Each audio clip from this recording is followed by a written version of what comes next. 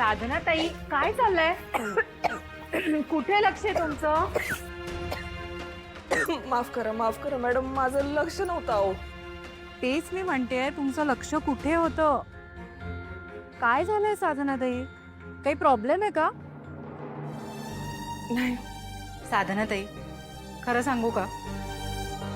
मी गेले अनेक दिवस तुमच्याकडे बघते. तुम्ही मला खूप अस्वस्थ दिसता, कुठेतरी हरवलेल्या असता. तुमचं चित्त थारावर नाहीये का? नाही, तुम्ही काही प्रॉब्लेम असेल ना तर प्लीज मला सांगा. मी बघते ना, मला तुम्हाला काही मदत करता येते का? काही सोल्युशन फाइंड आउट करता येतं का? नाही हो, तसं काही बी नाही. साधना ताई,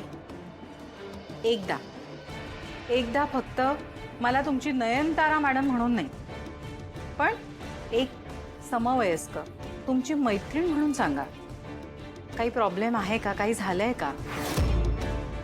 अहो साधना ताई, तुम्ही गेले कित्येक दिवस आमच्याकडे काम करतात.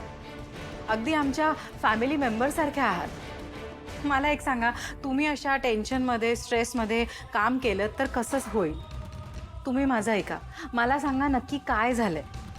खरंच मी तुमची मदत करेन. काय करू? यांच्याबद्दल मॅडमना बोलू का नको? मी काय बोललो आणि ह्यांनी माझ्यावर शंका घेतली तर काय करू?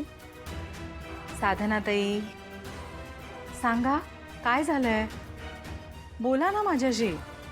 ते ते ऋषी बाबाकडं ती मुलगी शिकायला येते. कमळी, काय झालं तिला?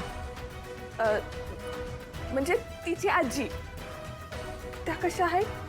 हो, अन्नपूर्णाताई बरे आहेत. पण साधना ताई, तुम्ही या गोष्टीचं इतकं टेन्शन घेतलंय की आम्ही राजन सरांबद्दल बोलत होतो ते तुम्ही ऐकलंय? साधना ताई, तुम्हाला एक गोष्ट सांगते. हे बघा, तो त्यांच्या घरचा पर्सनल प्रॉब्लेम आहे.